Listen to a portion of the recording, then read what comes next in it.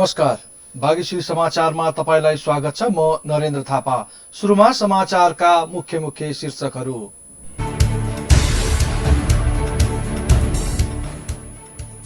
सरकारले गरेको लकडाउन 2 महिनादेखि जारी।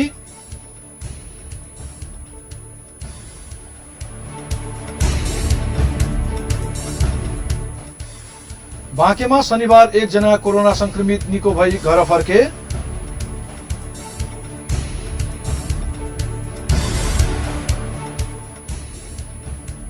नेपालमा शनिबार 189 जनामा कोरोना पुष्टि, संक्रमितको संख्या 1401।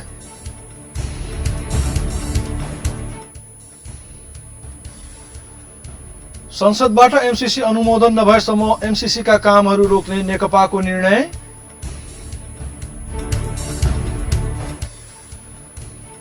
र टेबल टेनिस एकाडेमी सुरु गर्दै टेबल टेनिस राष्ट्रिय महिला च्याम्पियन नबिता।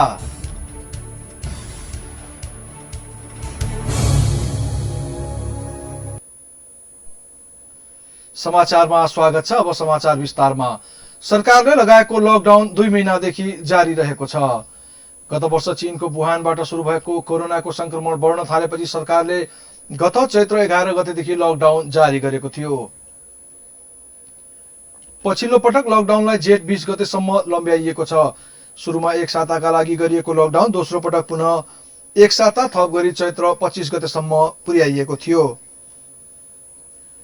त्यसलाई निरन्तरता दिँदै तेस्रो पटक वैशाख 3 गतेसम्म लकडाउन लम्बिएको थियो।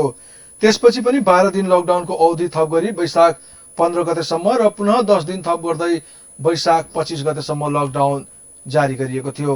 छैटौं पटक जेठ 5 गतेसम्मका लागि लकडाउनको समयावधि लम्ब्याइएको हो।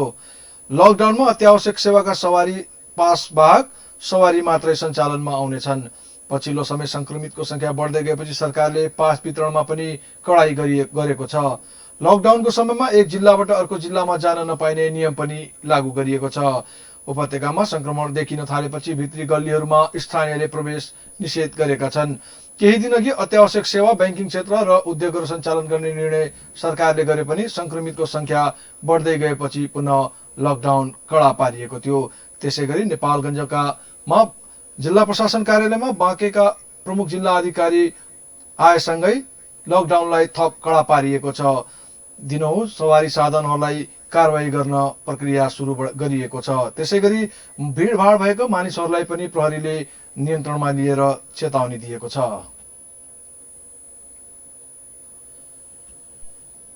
बाँकेमा थप 1 जना कोरोना संक्रमित निको भएका छन्। नेपालगञ्ज उपमहानगरपालिका वडा नम्बर 8 का 26 वर्षीय पुरुष शनिबार निको भई घर फर्किनु भएको हो। यो सँगै बाँकेमा 28 जना निको भएर घर फर्किसकेका छन्। बाँकेमा हालसम्म 181 जनामा कोरोना संक्रमण पुष्टि भएको थियो, जसमध्ये 1 जना पुरुषको मृत्यु भइसकेको छ।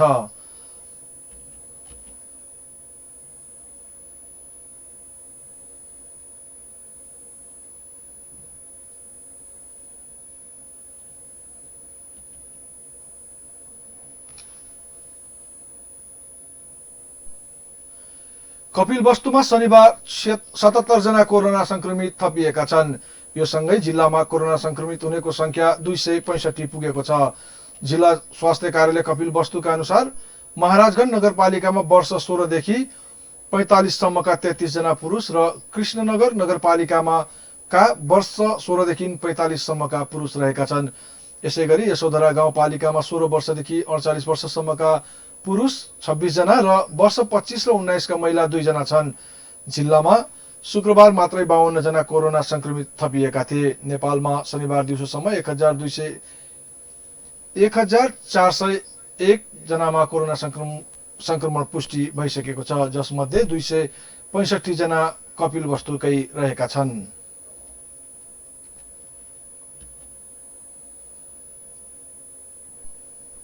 दैलेखमा क्वारेन्टाइनमा बसेका 1 जनाको मृत्यु भएको छ।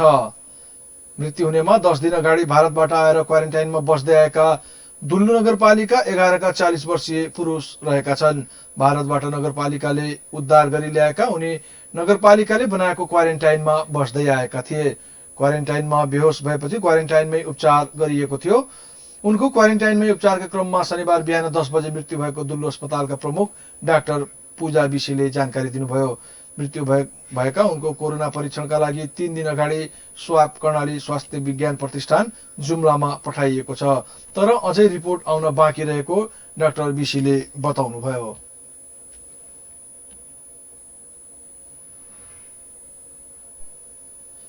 बाँकेको जानकी गाउँपालिकाले बीटीएम किट्स खरिद गर्ने तयारी गरेको छ। मानिसमा कोरोना संक्रमण भए नभएको स्वास्थ्य जाँचका लागि आवश्यक पर्ने प्रमुख बीटीएम किट्स खरिद गर्ने जानकी गाउँपालिकाले निर्णय गरेको हो।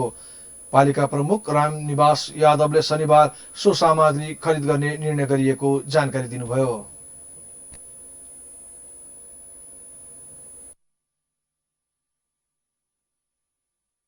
यो तत्काल अब चेकअप गर्नको लागि धेरै धौप परिराखेको छ। त्यसकारण अब हिजो हाम्रो प्रशासकले अहिले कुरो उठाएको थियो, ठिक छ त्यो यस्तो छ भने हामी मसिन किनेर हामी त्यो सङ्कलन गरेर भेरीबाट हामी चेकअप गराइहाल्छौँ भने सजिलो हुन्छ, छिटो हुन्छ, सजिलो हुन्छ।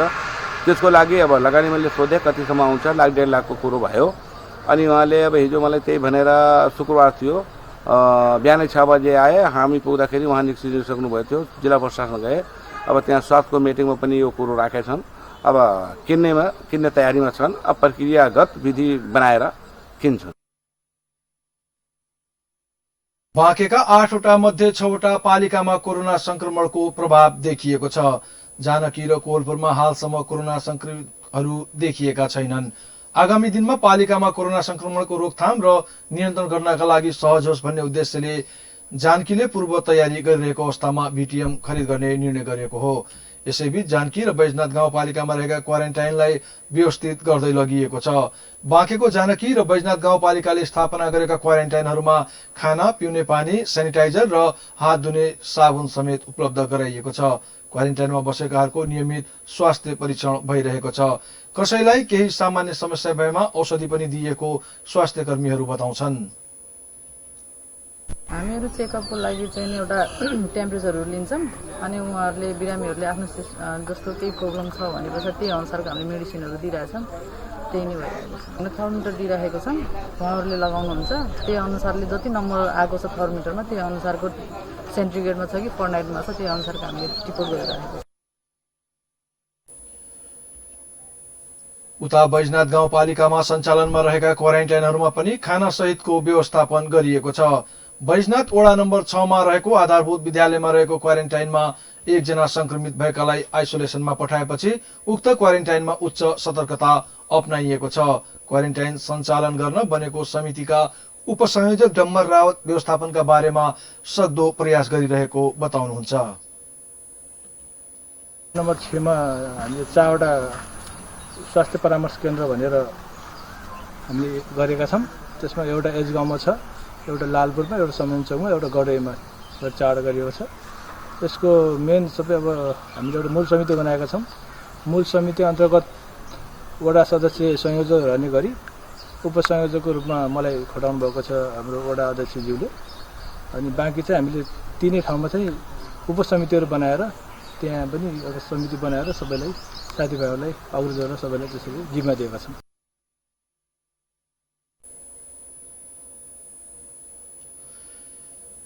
बैजनाथको वडा नम्बर 6 का 4 स्थानमा क्वारेन्टाइन राखिएको छ। बाँकेका 8वटा मध्ये 7वटा पालिकाहरूले क्वारेन्टाइनमा रहेकालाई खाना सहितको सुविधा दिएका छन्। तर खजुरा गाउँपालिकाले भने आफै घरबाट खाना ल्याएर खाने भनेर जानकारी गराएको छ। उनी खजुरा गाउँपालिकाले क्वारेन्टाइनमा रहेकाहरूलाई दिनको 50 रुपियाँको दरले खाजा खर्च उपलब्ध गराएको छ। सो खाजा खर्चले आफूहरूलाई नपुगेको खजुराका विभिन्न स्थानमा रहेका क्वारेन्टाइनमा बसेकाहरूले जानकारी दिएका छन्।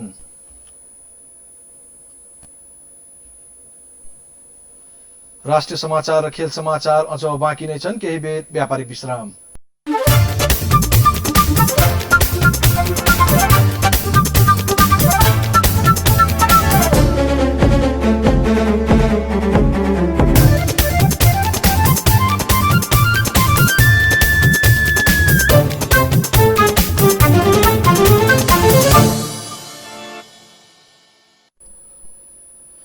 विश्रामपछि समाचारमा पुनः स्वागत छ। अब बाँकी समाचार। नेपालमा शनिबार मात्रै 189 जनामा कोरोना संक्रमण पुष्टि भएको छ। स्वास्थ्य मन्त्रालयका प्रवक्ता डाक्टर विकास देवकोटाले नेपालका विभिन्न स्थानमा कोरोना परीक्षण गर्दा 189 जनामा कोरोना देखिएको बताउनु भएको हो। स्वास्थ्य तथा जनसङ्ख्या मन्त्रालयका अनुसार राष्ट्रिय जनस्वास्थ्य कार्यालय टेकुमा गरिएको परीक्षणमा 124 जनामा संक्रमण पुष्टि भएको हो। त्यस्तै प्रदेश जनस्वास्थ्य प्रयोगशाला रूपन्देहीमा गरिएको परीक्षणमा 26 जना, बीपी कोइराला स्वास्थ्य विज्ञान प्रतिष्ठान धरानमा गरिएको परीक्षणमा 9 जना, राप्ती स्वास्थ्य विज्ञान प्रतिष्ठानमा गरिएको परीक्षणमा 8 जनाको कोरोना पोजिटिभ देखिएको हो। त्यस्तै नारायणी अस्पतालमा गरिएको परीक्षणमा 3 जना र कर्णालीमा गरिएको परीक्षणमा 14 जना र कोशी अस्पताल विराटनगरमा 2 जनामा कोरोना देखिएको प्रवक्ता देवकोटाले जानकारी दिनुभयो। त्यस्तै अन्य 3 जनामा कोरोना संक्रमण पुष्टि भएको छ। यो सँगै नेपालमा कोरोनाको संक्रमितको संख्या 1401 पुगेको छ। हालसम्म कोरोना निको भएर 219 जना घर फर्किएको पनि देवकोटाले जानकारी दिनुभयो। नयाँ थप भएका संक्रमितहरूको संख्या 189 रहेको छ, जसमध्ये 185 जना पुरुष र 4 जना महिला हुनुहुन्छ। उहाँहरूमध्ये राष्ट्रिय जनस्वास्थ्य प्रयोगशालामा गरिएको परीक्षणमा 124 जनाको पोजिटिभ आएको छ।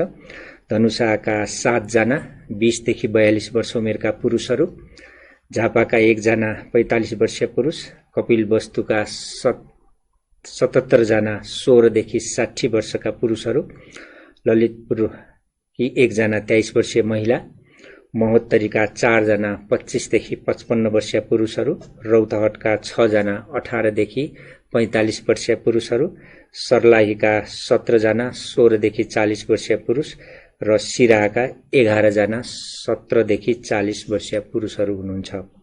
त्यसैगरी यस्तै हालसम्म 6 जना संक्रमितको मृत्यु समेत भएको छ। हालसम्म नेपालमा पीसीआर 66,729, आरडीटी 1,07,055 वटा परीक्षण भएको मन्त्रालयले जनाएको छ। सत्तारूढ दल नेकपाले अमेरिकी वैदेशिक सहायता प्रस्ताव मिलेनियम च्यालेन्ज कम्प्याक्ट एमसीसी संसदबाट अनुमोदन नभएसम्म यसका बाँकी काम तत्काल अघि नबढाउन प्रधानमन्त्री मार्फत निर्देशन दिने निर्णय गरेको छ। प्रधानमन्त्री निवास बालुवाटारमा शनिबार बसेको बैठकले एमसीसीको विषयमा संसदमा विचाराधीन रहेको भन्दै संसदबाट अनुमोदन नभएसम्म बाँकी काम तत्काल अघि नबढाउन प्रधानमन्त्री मार्फत निर्देशन दिने निर्णय गरेको प्रवक्ता नारायण काजी श्रेष्ठले जानकारी दिनुभयो। नेकपा सचिवालय बैठकमा अर्थमन्त्री डाक्टर युवराज खतिवडा, परराष्ट्र मन्त्री प्रदीप गेवाली र स्थायी कमिटी सदस्य भीम रावललाई पनि बोलाइएको थियो। अर्थमन्त्री खतिवडाले प्रधानमन्त्रीले नै नीति तथा कार्यक्रममा एमसीसी संसदको अंग बनेको भन्दै सम्बोधन गरेकाले बजेटमा पनि उल्लेख गरिएको जानकारी गराउनु भएको थियो। प्रवक्ता श्रेष्ठले अहिलेसम्म एमसीसी सम्झौताका बाँकी काम प्रधानमन्त्रीले तत्काल अघि नबढाउन निर्देशन दिने, पार्टीको सचिवालय बैठक तत्काल बोलाउने, त्यसको मिति 2 जना अध्यक्षले तय गर्ने र एमसीसी पारित गर्ने कि नगर्ने भन्ने जिम्मा संसदलाई नै निर्णय भएको बताउनुभयो।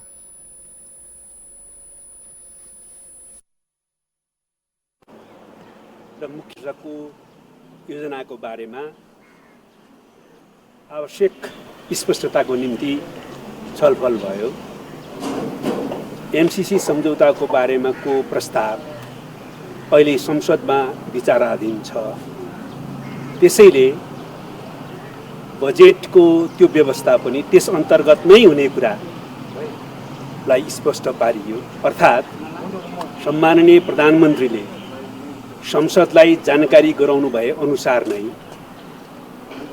एमसीसी सम्झौता संसदबाट अनुमोदन भएको खण्डमा त्यसअनुसार हुने र यदि संसदले त्यसअनुसार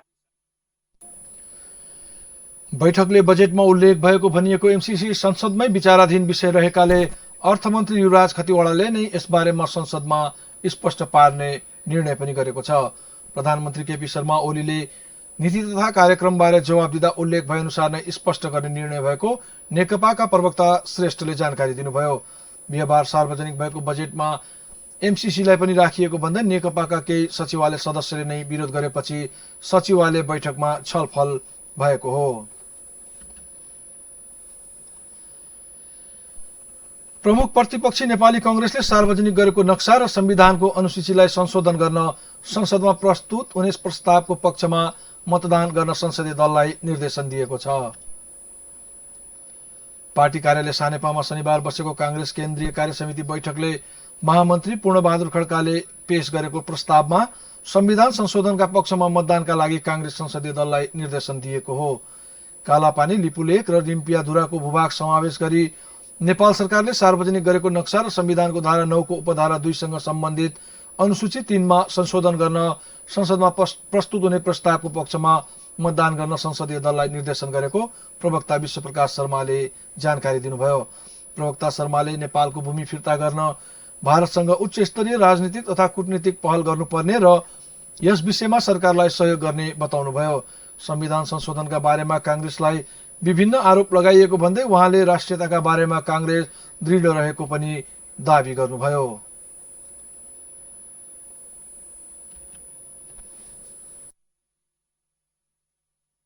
उचित रूपमा लिँदै नेपाली कांग्रेस पार्टीको यो बैठक उक्त संविधान संशोधन प्रस्तावको पक्षमा मतदान गर्न नेपाली कांग्रेस संसदीय दललाई निर्देश गर्ने भन्ने प्रस्ताव केन्द्रीय कार्य समितिको बैठकमा प्रस्तुत भएको छ। नेपाली कांग्रेस पार्टीको बारेमा यस बीचमा नेपाली कांग्रेस पार्टी संशोधन प्रस्तावको पक्षमा छैन या नेपाली कांग्रेस पार्टीको कारणले ढिलाइ भएका छ जस्ता खालका अभिव्यक्तिहरू पनि आए। बैठकमा हामीले त्यसैले स्मरण गरेका छौं कि संशोधनको प्रस्ताव ल्याउँदै गर्दा निश्चय नै त्यसबेला नेपाली कांग्रेससँग या अन्य दलसँग परामर्श भएन होला, तर संशोधन प्रस्तावलाई जेठको 14 गते कार्यसूचीबाट हटाउँदै गर्दा नेपाली कांग्रेस पार्टीलाई आरोपित गर्ने ढंगको व्यवहार यस बीचमा प्रस्तुत भयो। नेपाली कांग्रेस पार्टीले यो विषयलाई नियोजित ढंगले यसरी नेपाली कांग्रेस पार्टीलाई आरोपित गरिएको विषय। त्यस्तै बैठकले कोरोना रोकथाम नियन्त्रण र रोकथामका लागि पर्याप्त पहल गर्न र पीसीआर को जाँच र भेन्टिलेटरको संख्या बढाउन पनि सरकारको ध्यानाकर्षण गराएको छ।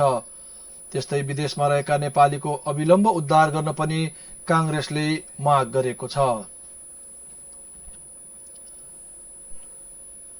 नेपाली सेनाको ब्यारेक भित्र रहेका खाली जग्गाहरूमा अर्गानिक तरकारी खेती सुरु गरिएको छ। नेपाली सेनाले आफ्ना ब्यारेकहरू भित्र रहेका खाली जग्गाहरूको सदुपयोग गर्ने उद्देश्यले अर्गानिक तरकारी उत्पादन गर्न सुरु गरेको हो, जसबाट नेपाली सेनालाई आवश्यक पर्ने तरकारीको मागलाई केही हदसम्म परिपूर्ति हुने बताइएको छ। सेनाको ब्यारेक भित्र फलाइने तरकारी अर्गानिक हुने हुँदा देशको सुरक्षामा खटिने नेपाली सेनाको स्वास्थ्यमा समेत फाइदा हुने बताइएको छ। ब्यारेक भित्र गोलभेडा, काउली, बन्दा, फर्सी, भन्टा, बोडी, काँक्रो, लौका, धनिया लगायतका हरिया तरकारीहरू रोपिएको छ। सेनाले देशभर आफ्ना ब्यारेकहरूमा रहेका खाली जग्गाहरूमा पनि तरकारी खेती गर्ने नेपाली सेनाका प्रवक्ता विज्ञानदेव पाण्डेले जानकारी दिनुभयो। विश्वभर महामारीको रूपमा फैलिएको कोरोना भाइरसका कारण आयातित विषादी युक्त तरकारीमा भाइरसको जोखिम बढी हुने भएकाले खाली जग्गाको उपभोग गर्दै आफैले उत्पादन गरेको सेनाले जनाएको छ। त्यस्तै सेनाले आफ्ना लागि आवश्यक तरकारी आफैले उत्पादन गरेपछि आयातमा पनि केही हदसम्म कमी आउने विश्वास गरिएको छ। यसअघि सरकारले अगाडि सारेको एक नेपाली एक फलफूलको बिरुवा वृक्षारोपण अभियानलाई सफल बनाउन नेपाली सेनाले एक सिपाही एक बिरुवा वृक्षारोपण अभियान पनि सञ्चालन गरिरहेको छ। हाल वार्षिक अर्बौं रुपियाँको तरकारी आयात हुँदै आएको छ भने निर्यात भने न्यून मात्र हुने गरेको छ।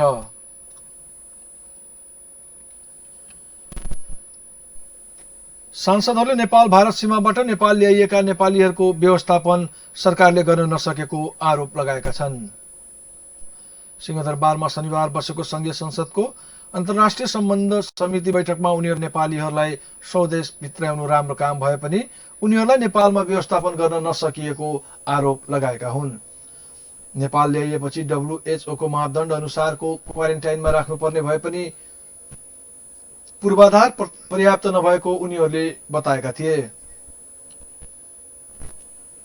बैठकमा कांग्रेसका सांसद पुष्पा भुसालले भारतबाट नेपाल भित्रिएका नेपालीहरूलाई व्यवस्थित क्वारेन्टाइनमा राख्नुपर्ने बताउनुभयो। उहाँले कोरोना नियन्त्रणको प्रभावकारी पूर्वाधार गरेर छिटै अन्य देशमा रहेका नेपालीहरूलाई स्वदेशमा ल्याउनु पर्ने जिकिर गर्नुभयो। त्यस्तै सांसद राम कार्कीले सीमाबाट भित्रने नेपालीको यकिन तथ्याङ्क र ठेगाना राखिनुपर्ने तथा उनीहरूको पीसीआर विधिबाट जाँच गरेपछि पनि केही दिन क्वारेन्टाइनमा राख्नुपर्ने बताउनुभयो।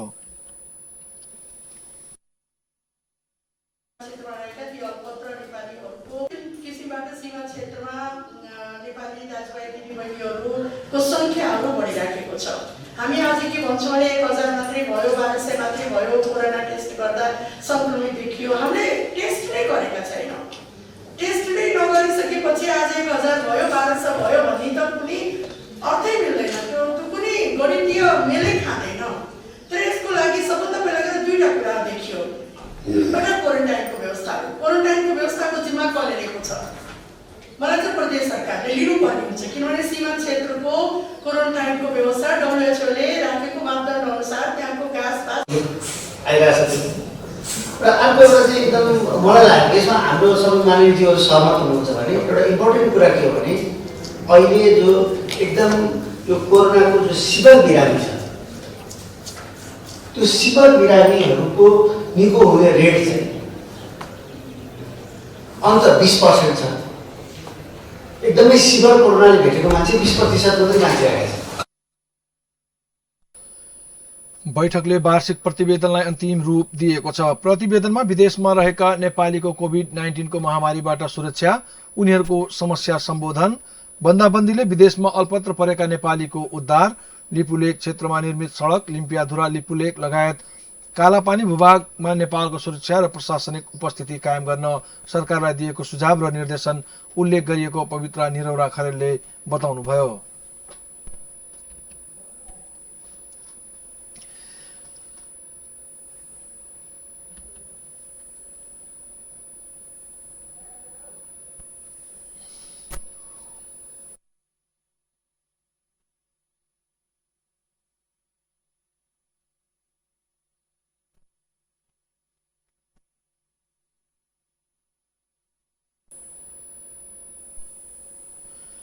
त्यस्तै समिति सदस्यहरूले भारतबीचको सीमा क्षेत्रमा सुरक्षा जाँच चौकी BOP स्थापना, नेपालको नयाँ नक्सा जारी भइसकेपछि चीन र भारतले नेपाललाई पठाएका कूटनीतिक पत्राचार प्रतिवेदनमा थप्नुपर्ने सुझाव दिएका थिए।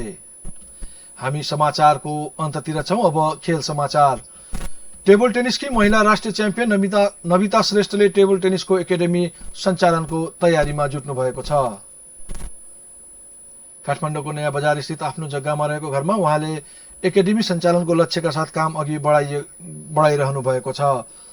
भविष्यमा होस्टल सहितको प्रशिक्षण केन्द्र खोल्ने तयारीमा रहनुभएकी नविताले हाललाई एउटा हल तयार गरिसक्नु भएको छ। यसपटक SEE दिने विद्यार्थीहरूलाई लक्षित गरेर नविताले 3वटा बोर्ड राखेर प्रशिक्षण सुरु गर्ने गरी तयारी सुरु गर्नुभएको छ। तर कोरोना भाइरस कोभिड-19 को महामारीलाई रोक्नका लागि सरकारले 2 महिना भन्दा बढी लामो समयदेखि लकडाउन गरेपछि उहाँको योजना पनि प्रभावित भएको छ। SEE पनि रोकिएको छ। अब कहिलेबाट प्रशिक्षण सुरु गर्ने भन्ने यकिन नभएको उहाँले बताउनु भएको छ। उहाँले आफ्नो योजना अहिलेका लागि स्थगित भएको जानकारी गराउनुभयो। 8 लाख रुपैयाँ बराबरको सामान उहाँले अर्डर गरिसकेको समेत जानकारी दिनुभयो। स्ट्यागले उहाँलाई सामानको रकममा छुट दिने भएको छ। त्यसैले एकाडेमीको नाम नै स्ट्याग च्याम्पियन्स एकाडेमी राखिएको छ। यसको अर्को कारण स्ट्यागले विश्वका 88 देशका प्रशिक्षक केन्द्रसँग सहकार्य गर्दै आएको छ। त्यस्ता प्रशिक्षण केन्द्रसँग खेलाडी एक्सचेन्ज प्रोग्राम चलाउने उद्देश्यका साथ स्टकसँग सहकार्य गरेको नविताले जानकारी दिनुभएको छ। उहाँले अहिले सानो रूपमा सुरु गरे पनि यसलाई पछि ठूलो रूपमा विस्तार गर्ने योजना रहेको जानकारी दिनुभयो। लकडाउन खुलेपछि 6 आना 2 पैसाको अर्को जग्गामा हल बनाउने नविताको तयारी रहेको छ। त्यसपछि 3 वर्षपछि भने 13 आनाको आफ्नै अर्को जग्गामा होस्टेल सहितको एकाडेमी बनाउने उहाँको योजना रहेको छ। अहिलेका लागि भने एकाडेमीमा नविता सहित उहाँका श्रीमान राकेश महर्जन र नन्द एलिना महर्जनले पनि प्रशिक्षण दिनुहुनेछ। पछि प्रशिक्षार्थी बढ्दै गएको खण्डमा भने अन्य प्रशिक्षकहरूलाई पनि राख्ने उहाँको योजना रहेको छ। अहिलेको हलमा 3वटा बोर्ड रहेका छन्। एक पटकमा 15 जनासम्मले प्रशिक्षण गर्न सक्ने उहाँले बताउनुभयो। प्रशिक्षार्थीहरूको चाप बढ्दै गएको खण्डमा बिहानदेखि साँझसम्म नै प्रशिक्षण सेसन चलाउने नविताले जानकारी दिनुभयो। विशेष प्रशिक्षण लिन चाहनेका लागि पनि अलग्गै व्यवस्था गरिने बताइएको छ। सक्रिय खेल जीवनपछि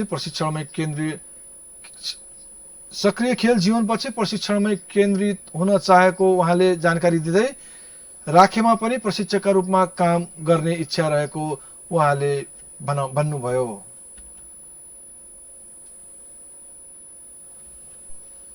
अहिलेलाई बागेश्वरी समाचार सकिएको छ। समाचार सक्नुअघि प्रमुख समाचारका शीर्षकहरू पुनः एकपटक।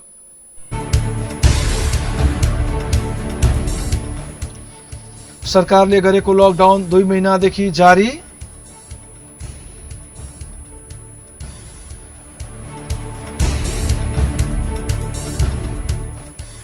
बाँकेमा शनिबार 1 जना कोरोना संक्रमित निको भई घर फर्के।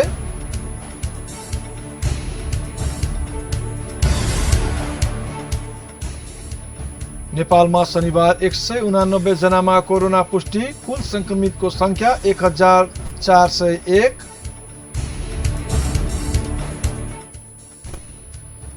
संसदबाट एमसीसी अनुमोदन नभएसम्म एमसीसीका कामहरू रोक्ने नेकपाको निर्णय।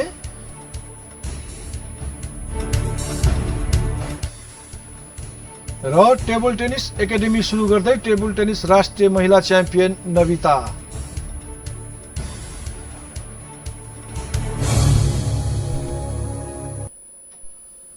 हवस् त बागेश्वरी समाचारबाट म नरेन्द्र थापा बिदा हुन्छु। घरमै बसौं, सुरक्षित रहौं, हेर्दै गर्नुहोस् बागेश्वरी टेलिभिजन। नमस्कार।